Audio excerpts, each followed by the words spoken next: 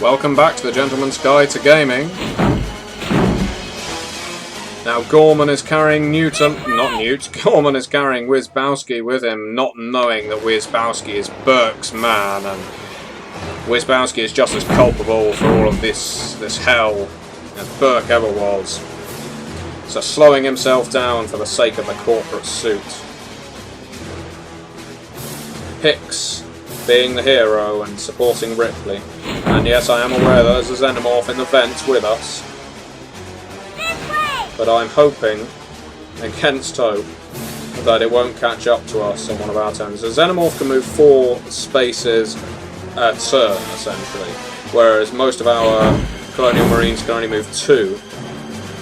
Now, if I play this carefully with Frost at the back, Frost has a flamethrower, so that means that even if an alien gets in an adjacent square to him, he can zap it with a flamethrower. So I'm suggesting maybe flaming the ground at this stage, and then moving one, because that will prevent the alien from getting any closer. It will mean we'll be able to move slightly farther away.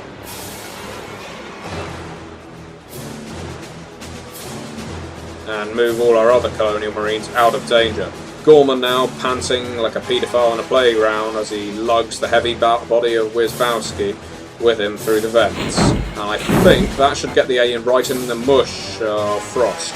And there are now lots more aliens in the vents with us. Oh, joy be unconfined. I'm really not doing well with dice rolls. As tempting as it is to get Gorman to fire a shot off, I know it'll be about as useful as a chocolate butt plug, so... Yep, Newt's direction sense has come back to her. Now, if Newt is dead by this point in the game, you can do this section with just the Colonial Marines, but the chances of them actually finding their way, they can't pass the question marks until they work out the route, and it's like 1 in 6 each time, their chance of it doing it.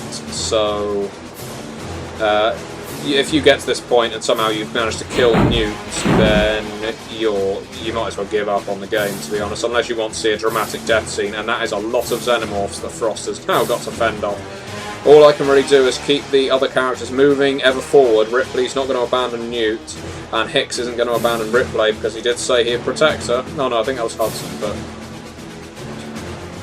Hicks is her beau, so... how best to do this with Frost? I think if he flames the ground there, the xenomorphs can't get round the corner. And I don't know that Frost has got enough ammunition to keep doing that and get to the exit, but to be honest, it's his best chance, and for as long as he does that, it does prevent the other Marines, or well, rather, Gorman, Wizbowski and Hicks, along with Ripley and Newt, from getting grabbed or incapacitated. Now, where best to actually place some flame? I suppose in the middle of that corridor there, because the aliens can't pass there, but they can pass on any of the corners. That's the problem. On the corners, they can go diagonal. They don't just have to go vertical or horizontal, just the same as our Colonial Marines. So if we inflame the ground there, and the door has burst open, which means the vent is going to be even more full of xenomorphs. And don't think that just because they're all coming from that direction, that's the only direction the xenomorphs can come from. They can just drop into the vent at any bloody point, and it is a colossal pain in the backside when they do. Especially if you've got particularly far, and they suddenly grab Newt. Then again, we don't need Newt anymore because we've got past the last question mark, so for all I care. Sorry, no role-playing. Newt is our priority. We need to get her outside. Except I know what happens in the next mission. And that's the Rescue Newt mission. Because in the movie, she was grabbed by a xenomorph in the sewers, and Ripley had to rescue her from the hive. The very main reactor room, as everything was exploding around her.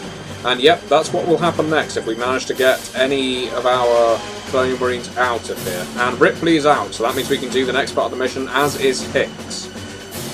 And Frost, unless Gorman gets someone dropping on him, I think Gorman and Wizbowski will be out, but I very much doubt the Frost is going to make it. I hate to be pessimistic,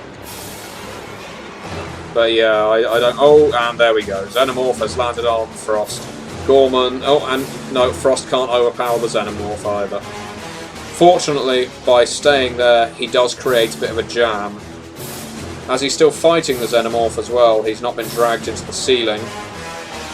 He gets one more chance to fight it off. Nope. Frost is grabbed, he's incapacitated, and off he goes to get cocooned. And implanted by a facehugger. So that's the end of that mission.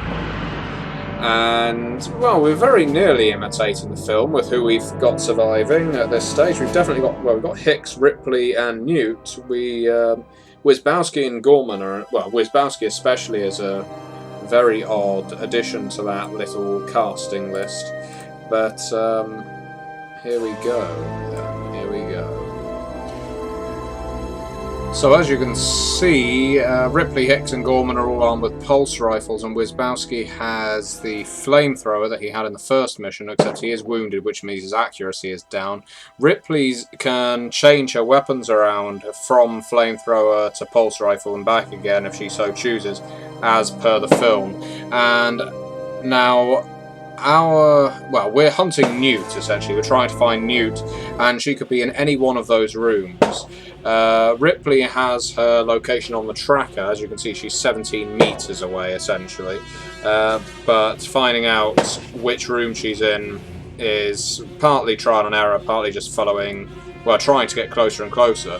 Unfortunately, not only is Newt in one of these rooms, and not only are the Colonial Marines in some of these rooms, cocooned in the walls, but also the Alien Queen is in one of these rooms.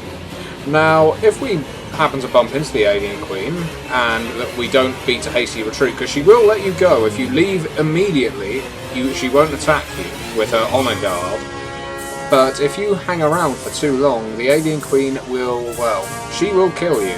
She will kill you dead, and when the Alien Queen shows up in this, yeah, unless you have a full cadre of Colonial Marines, you really are absolutely screwed. The amount of shots it takes to bring her down. She does move slower than most aliens, but what she lacks in speed she makes up for in sheer might. Fortunately, that was just a bog-standard Xenomorph that Ripley wasted. And if you can hear popping in the background, that's because some arsehole was letting off fireworks right outside my window. Right. Now, we can see we're 10 meters away. I think it's meters. Let's say, well, I'm guessing it's not miles. Oh, and that gunfire, we can presume it's some Colonial Marines in another part of the complex, maybe. I don't know. She's now 9 meters away, so we know she's in one of these rooms within 9 squares of us. We haven't come across any of our Colonial Marines yet, but likewise we've not come across the Alien Queen, which can only be a good thing. Wizbowski, of course, is on the hunt for Burke. He doesn't care one iota for a little girl's safety, because Wizbowski is a bastard. Nothing in that room. Fortunately, if there is something in that room, it will all suddenly light up and populate with whatever's in there. Quite frightening when it's an Alien Queen that's just sat waiting. Oh, Xenomorph. Okay, let's back up so we don't get hurt by the acid spray, and move everyone else in. Nothing in that room either. And Gorman can move up as well, and along with Hicks, I think. Oh, another Xenomorph. Okay, I'll leave Wizbowski to deal with that one. Wizbowski is hopefully getting quite clued up to the fact now that Burke was just going to leave them all to die, because I'm not... Oh, and I can... there's Newt. I can see Newt. Excellent. Hicks can go to try and free her now, I think. Oh, and we're getting a lot of alien activity. They're coming out of the walls, man. Game over, man. Hudson is dead by this point, but as I haven't quoted him properly yet, I feel it's only fair.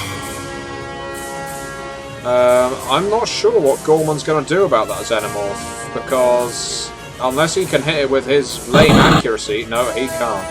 Hicks probably can, though. No, it looks like he can. Yes, he can. Good, he just saved Gorman's ass. Which is probably more than Gorman deserves. Actually, I say that, I don't think Gorman was a bad guy as such. He was just completely ignorant and inexperienced. He was the typical officer in Vietnam scenario.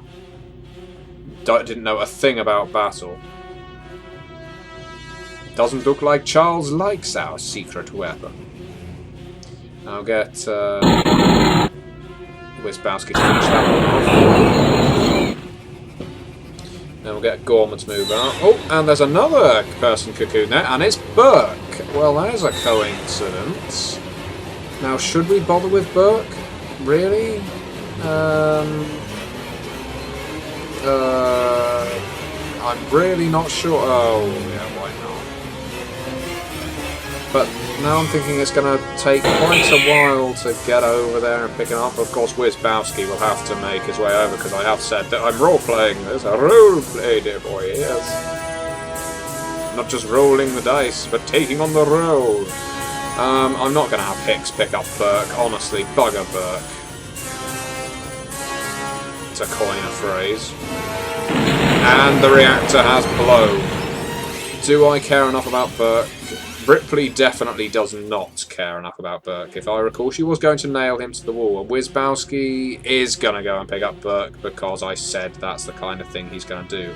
Hicks, however, is going to try and get back to the elevator because if he doesn't, he's not going to be able to... well, this mission's going to be finished unsuccessfully. Now, I don't think we're going to come across the Alien Queen because she doesn't tend to move around, which is good. I promise, it is very good. Come on, Wisbowski. Oh, no, I think I just moved him in the wrong direction. Come on, sweetheart. That's Apo, wherever the hell he is right now. I fear for Gorman's safety. Wisbowski! Move your ass! Fall back! I would dearly love to search each of the rooms for the Colonial Marines, hack them out and carry them with us, but time is a factor. As soon as the reactor blows, you are on time, and I'm not even sure it even tells you how much time you have before the reactor just completely goes off. Can Wisbowski kill him? Oh dear. Looking grim for Wisbowski. The flamethrower came up short. Hicks is in the elevator, so at the very least we've got... Oh, and Wisbowski is incapacitated. Trying to save Burke, the bastard. Wisbowski finds himself jacked by a xenomorph. And Gorman is not going back to save Wisbowski and Burke. No, no. If we can get Gorman to the elevator as well, that's what I'm going to try and do now. Where has Wisbowski been taken? Probably to the Alien Queen to become her love machine. I'm going to try and get Gorman to the elevator, but if he doesn't make it, then Ripley, Hicks and Newt are going to escape, and it's going to be an imitation of the film. Oh, no. Gorman is fucked. Quite literally. There we go. The elevator has gone up. Gorman has been left behind. And there we go. Mission succeeded. Whatever happened to all those MIAs, all that can be said for certain is that Wisbowski was dragged off into the ceiling, Burke was left lying on the floor prostrate, and Ripley and Hicks and Newt lived happily ever after. Thank you very much for watching.